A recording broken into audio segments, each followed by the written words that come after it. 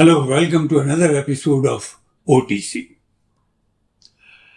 कोई 2 महीने पहले एक जाना पहचाना नाम संसद में फिर गूंजा।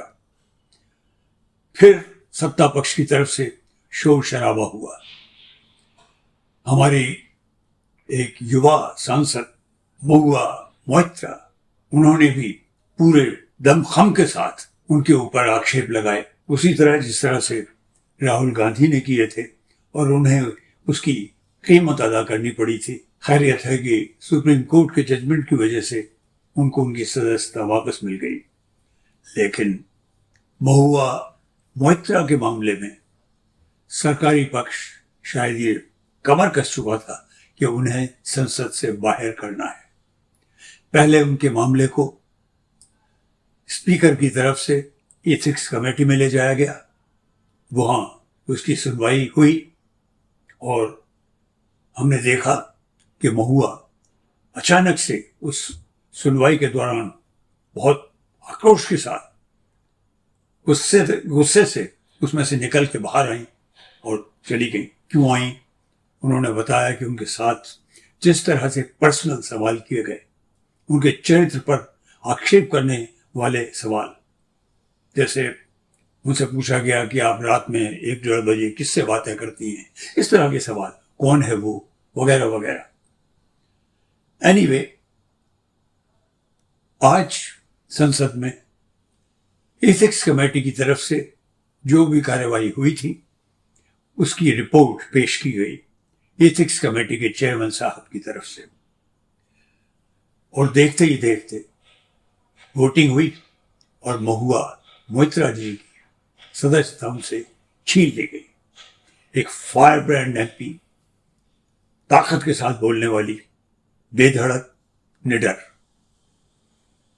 आप सबको मालूम होगा कि चार्ज क्या लगाए गए उनके ऊपर कि एक दर्शन हीरानंदानी साहब हैं, वो भी बहुत बड़े इंडस्ट्रियलिस्ट हैं। वो उनको रुपए पैसे देते रहे, रिश्वत देते रहे और उनसे सवाल उठवाते रहे गौतम अदानी साहब के विरुद्ध। कुछ प्रूव नहीं हुआ, कोई सबूत नहीं। ये चार्ज फिर लगाया गया कि उन्होंने जो उनकी संसद के जो वेबसाइट का जो आईडी होता है वो उन्हें क्यों दिया। कोई ऐसा कायदा नहीं है, कोई कानून नहीं है, एटलीस्ट किसी ने पेश नहीं किया कि वो गैर कानूनी कदम था क्या। कुछ नहीं, कोई सबूत नहीं। उस एथिक्स कमेटी में दर्शन हीरानंदन जी साहब को बुलाया तक नहीं किया। एक जिसके ऊपर आप आरोप लगाते हैं, आरोपी को यह हक होता है कि वो आरोप लगाने वाले के से सवाल कर सके, वो भी नहीं हुआ। ना एथिक्स कमेटी में कुछ हुआ, ना पार्लियामेंट में हुआ। पार्लियामेंट में भी महुआ जी को बोलने तक का अवसर नहीं दिया गया, अलाउ ही नहीं किया गया, और बहुमत से उनकी सदस्यता छीन ली गई। हमारे जो विरोध पक्ष के एक बड़े जाने माने एमपी हैं, जो पहले मिनिस्टर भी रह चुके हैं, बड़े नामी वकील हैं, वो मनीष तिवारी, उन्होंने जबरदस्त तरीके से इसका विरोध किया कि ऐसा कहीं नहीं होता है, लेकिन उनकी आवाज को भी बिल्कुल दबा दिया गया। स्पीकर साहब सुनने को तैयार ही नहीं थे। उन्होंने बल्कि उनसे कहना शुरू कर दिया, क्या कर रहे हैं आप, ये कोई अदालत है, ये कोर्ट नहीं है, ये पार्लियामेंट है। लेकिन उनके ऊपर चार्ज जो लगाए गए थे महुआ के ऊपर, वो तो इसी तरह से थे जैसे कि कोई अदालत चल रही हो। और मनीष जी ने बहुत इंपॉर्टेंट बात कही कि 3 लाइन व्हिप क्यों दिया गया। अगर 3 लाइन व्हिप दिया जाता है तो आप लोगों को इंडिपेंडेंट डिसीजन लेने की इजाजत ही नहीं देते। उनको वही करना पड़ेगा, वही वोट डालना पड़ेगा जो सत्ता पक्ष चाहता है। लेकिन स्पीकर साहब सुनने को तैयार नहीं थे। क्या हो रहा है ये? मैंने पिछले एक वीडियो में ये बताया भी था कि एक और एमपी साहब थे, उन्होंने कुछ अभद्र बात कही, लेकिन अगले ही दिन उन्होंने वापस ले ली। लेकिन इसी पार्लियामेंट में करीब 2 महीने पहले ही एक और एमपी साहब रहे, उन्होंने दूसरे पक्ष के लोग के एक एमपी पर एक इतना भद्दा विषैला चार्ज लगाया भरी संसद में। उन्हें कटुआ कहा, उग्रवादी कहा, उग्रवादी, कटुए। इस तरह का व्यवहार।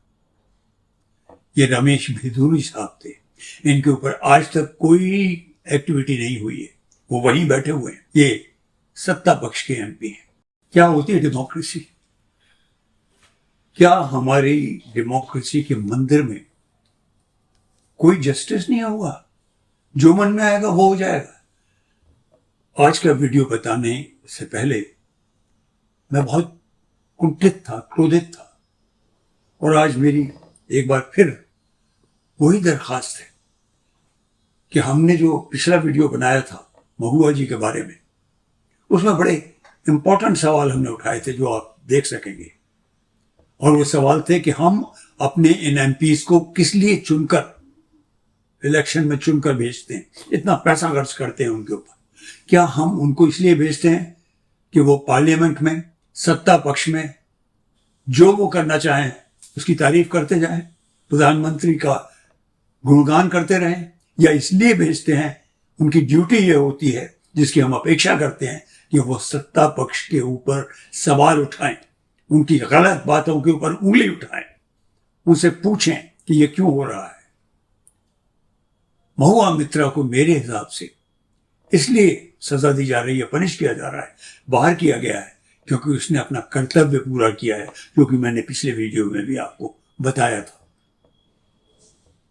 कोई 1.5 महीने पहले। आपको और मुझे जगना पड़ेगा।